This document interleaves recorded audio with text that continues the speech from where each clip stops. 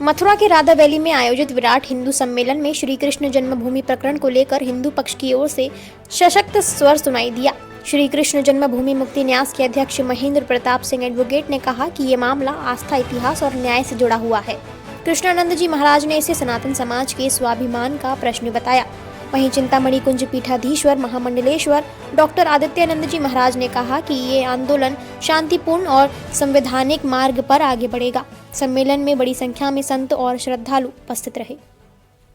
संचालनकर्ता राजेश पारिक जी और सभी उपस्थित भाइयों बहनों, मैं सिर्फ 2 मिनट अपनी बात रखूंगा आपके सामने। इस देश को मजबूत करना है, इस देश को अगर विश्व गुरु बनाना है तो हमारे साधु संतों को, हमारे मठ मंदिर को और गाय गौरी और गंगा को बचाइए। ये देश अपने आप बच जाए। मैं श्री कृष्ण जन्मभूमि के विषय में आपसे बात करना चाहता हूं। कौन कौन लोग गए श्री कृष्ण जन्मभूमि? जरा हाथ करके बताइए। हाँ, वहां आप लोग गए हैं। वहां एक मस्जिद बनी है।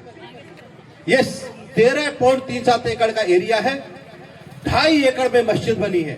जो असली गर्भगृह है वहां पर वो मस्जिद बनी हुई है। यह दुर्भाग्य की बात है कि मेरे देश में, मेरे भारत में, मेरे मथुरा में भगवान कृष्ण प्रकट हुए और असली गर्भगृह पर वहां मस्जिद हो। इससे दुर्भाग्य की कोई बात हो ही नहीं सकती। इसको लेकर के न्यायालय में हमने केस डाला है। उच्च न्यायालय में इसकी सुनवाई हो रही है। 4 बार इस मंदिर को तोड़ा गया।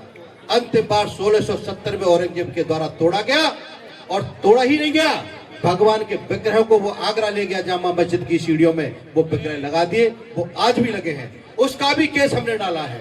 2 केस उच्च न्यायालय इलाहाबाद में चल रहे हैं।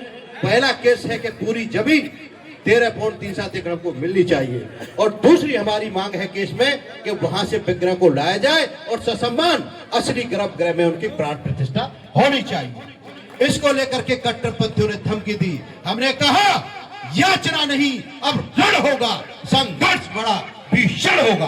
कितना भी संघर्ष करना पड़े, कितनी भी लड़ाई लड़नी पड़े, लेकिन भगवान कृष्ण का भव्य और दिव्य मंदिर अयोध्या में जैसे राघवेंद्र सरकार का बना है, ऐसे ही मथुरा में बना के रहेंगे। दुनिया की कोई ताकत नहीं है जो उसको रोक ले।